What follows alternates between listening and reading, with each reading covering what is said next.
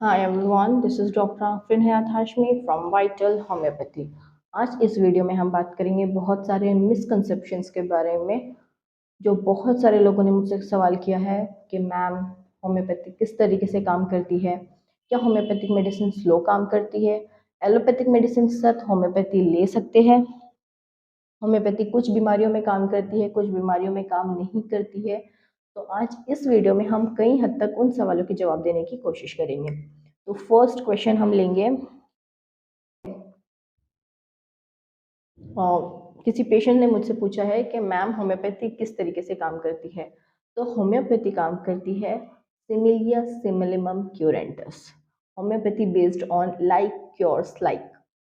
जिस तरीके से, अगर हम इसको इजी लैंग्वेज में समझना चाहे तो जिस तरीके से जहर जहर को काटता है उसी तरीके से एक डिजीज को एक मेडिसिन क्योर करती है जिसमें डिजीज कंडीशन, डिजीज के सिम्टम्स हो। इसको और इजी लैंग्वेज में अगर हम समझे कि कोई लेडी है जिस जो बियरिंग डाउन सेंसेशन फील कर रही है, जो इंडिफरेंस में जा रही है, तो हम उनको सेपिया मेडिसिन देंगे और उनको उससे रिलीफ होगा। लेकिन अगर कोई हेल्दी ह्यूमन बीइंग है, कोई हेल्दी लेडी है, अगर हम उनको सेपिया देते हैं तो कुछ दिनों में हमें उनमें सेपिया के सिम्टम्स नजर आएंगे।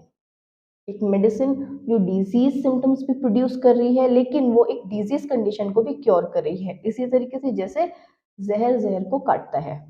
और इजी लैंग्वेज में अगर हम उसको समझना चाहे तो कोई इंसान है जिसको आम से एलर्जी है, आम खाती उसको एलर्जी हो जाती है, लेकिन उसका ट्रीटमेंट उस आम से बनी हुई मेडिसिन से होगा जिसमें मेडिसिनल प्रॉपर्टीज होती है। होम्योपैथिक मेडिसिन को पोटेंडाइज किया जाता है, वो किसी animal kingdom, mineral kingdom and plant kingdom से मेडिसिनल एक्सट्रैक्ट निकाल के मेडिसिन बनाई जाती है और उसे अल्कोहल में डाइल्यूट किया जाता है, उस डाइल्यूशन से ट्रीटमेंट किया जाता है। होप्स हो कि मैं आपके क्वेश्चन का आंसर दे सकी प्रॉपरली। अगर इसमें भी आपको कोई प्रॉब्लम होता है तो आप मुझसे और क्वेश्चन कर सकते हैं। सेकेंड सवाल हम लेंगे, होम्योपैथी मेडिसिन क्या स्लो काम करती है। तो बिल्कुल भी नहीं, होम्योपैथी मेडिसिन बिल्कुल स्लो काम नहीं करती है। जिस तरीके से एलोपैथिक मेडिसिन एक्यूट कंडीशन में हम फीवर के लिए पैरासीटामोल लेते हैं और ठीक हो जाता है, कुछ टाइम के बाद फीवर फिर से होता है, लेकिन होम्योपैथी में अगर आप एक्यूट कंडीशन में मेडिसिन लेते हैं तो एक तो फीवर चला जाता है और बहुत हद तक रिपीट नहीं होता है।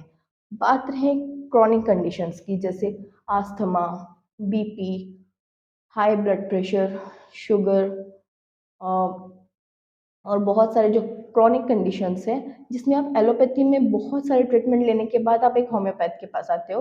और अगर आप थायराइड ले ले, शुगर ले ले या बीपी ले ले तो आपकी वो मेडिसिन लाइफ लॉन्ग शुरू रहती है कि आपको वो मेडिसिन डेली लेना है। एक, अगर आप नहीं लेते हैं तो आपका वो शुगर बढ़ जाएगा, आपका बीपी बढ़ जाएगा। लेकिन होम्योपैथी में ऐसे नहीं है। होम्योपैथी में आप मेडिसिन कंडीशन जो आपके सिम्टम्स है, क्योंकि वो बहुत टाइम से आपके अंदर, किसी इंसान को 40 की एज से शुगर होता है लेकिन वो 60 में आप होम्योपैथी के पास जा रहे हो कि मुझे इतने 2 साल से 20 साल से शुगर है, तो आप उसको 6 मंथ 1 ईयर देना पड़ेगा क्योंकि वो बीमारी आपके बॉडी में बहुत टाइम से है, तो उसको निकलने में भी टाइम लगेगा। मोर देन 2 to 3 मंथ्स में बहुत सारी कंडीशंस में फ़ायदा मिल जाता है, लेकिन अगर आप बीच बीच में मेडिसिन ले रहे हो, फिर छोड़ रहे हो, फिर ले रहे हो, फिर छोड़ रहे हो, तो वो मोर देन 6 मंथ में जाता है। ठीक है। थर्ड क्वेश्चन हम लेंगे, क्या होम्योपैथी मेडिसिन के साथ एलोपैथी ले सकते हैं। हाँ बिल्कुल ले सकते हैं। अगर आप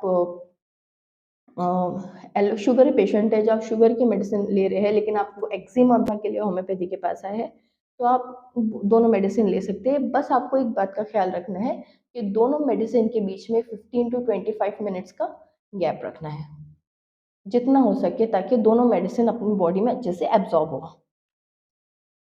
एक और सवाल लेंगे, मैम होम्योपैथी कुछ बीमारियों में काम करती है कुछ बीमारियों में काम नहीं करती है। तो ऐसा बिल्कुल भी नहीं है। फर्स्टली, होम्योपैथी के लिए आपको एक अच्छा केस टेकिंग, जो एक फिजिशियन का एक अच्छा केस टेकिंग लेना ज़रूरी है, और पेशेंट का डॉक्टर के साथ अच्छा कम्युनिकेशन होना ज़रूरी है। बहुत बहुत टाइम ऐसे होता है कि पेशेंट्स हाइड करते हैं अपनी, मतलब मेंटल सिम्टम्स, अपने फिजिकल सिम्टम्स, कुछ बताएंगे और कुछ सोचेंगे कि ये क्या ज़रूरी है, लेकिन होम्योपैथी में आपकी मेंटल, फिजिकल, सोशल, आपको सराउंडिंग में कौन सी चीज़ कितनी तकलीफ दे रही है, या हो सकता है कि आपको एक पत्थर से प्रॉब्लम हो, वो पत्थर आपके अंदर डिजीज प्रोड्यूस कर रहा है।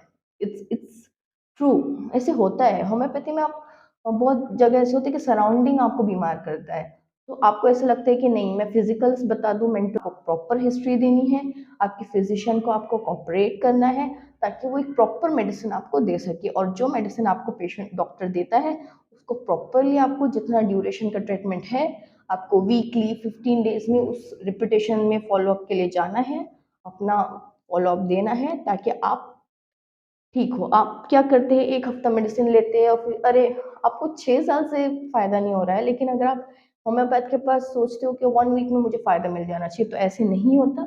आपको पेशेंस की काफ़ी ज़रूरत होती है। किसी भी ट्रीटमेंट में पेशेंस बहुत इंपॉर्टेंट होता है। अ, उम्मीद है कि मैं आपके सवालों के जवाब देने में कामयाब हुई हूँ। इसी तरीके से आप फीमेल से रिलेटेड कंप्लेंट्स, फीमेल से रिलेटेड बीमारियाँ, उनकी मेडिसिन और होम्योपैथी से रिलेटेड वीडियोस देखने के लिए हमारे चैनल को सब्सक्राइब कीजिए, बेल आइकन को दबाइए, और आपकी जो भी क्वेश्चन है, जो भी क्यूरीज है, आप मुझे व्हाट्सएप कर सकते हैं। मेरा व्हाट्सएप नंबर दिया गया है, आप हमको ईमेल कर सकते हैं। हम आपके सवालों के जवाब देने की कोशिश करेंगे। अगर आप ऑनलाइन कंसल्टेशन लेना चाहें तो आप हमसे ले सकते हैं। Thank you.